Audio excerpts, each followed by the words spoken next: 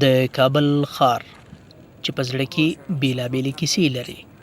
د سپینګیرو بایسکل ځغلونه دوی د خپلې روغتیا ساتنې لپاره له کلونو راهیسې یو خوا او بلې خوا پر بایسکل ګرځي. محمد حلیم صحتمند چې 62 کاله عمر لري د لغمان اوسیدونکی دی او له تیرو 40 کالو را په دې خوا په کابل کې اوسیږي. دی وایي د ژوند ډیره برخه یې بایسکل ځغلونې ته ورکړې. په دې برخه کې د تیرو 25 کالو خواریو د بایسکل ځغلونې فدراسیون معاونیت او دغه فدراسیون افتخاري سلاکاریت دندې ته رسولی.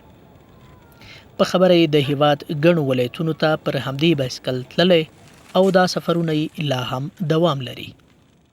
ډیر ولایتونو خصوصا داخل د افغانستان کې ډیر ولایتونو ته تللی او خصوصا ثقیل او سخت سرسخته لاره چې موږ لارو د کابل نه نورستان ته لاړلو د لغمان په لار باندې ډیره موږ ته مشکل لرو. د امارات په وخت کې نور وختو کې امکانات نه وو او څه موده مخکې 2 میاشتې مخکې موږ بدخشان ته لاړو د پنجشیر له لارې نه، یعنې ډیر پر مشقته لاره او ډیره سخته لاره چې د 4000 نه پورته ارتفاعات وو.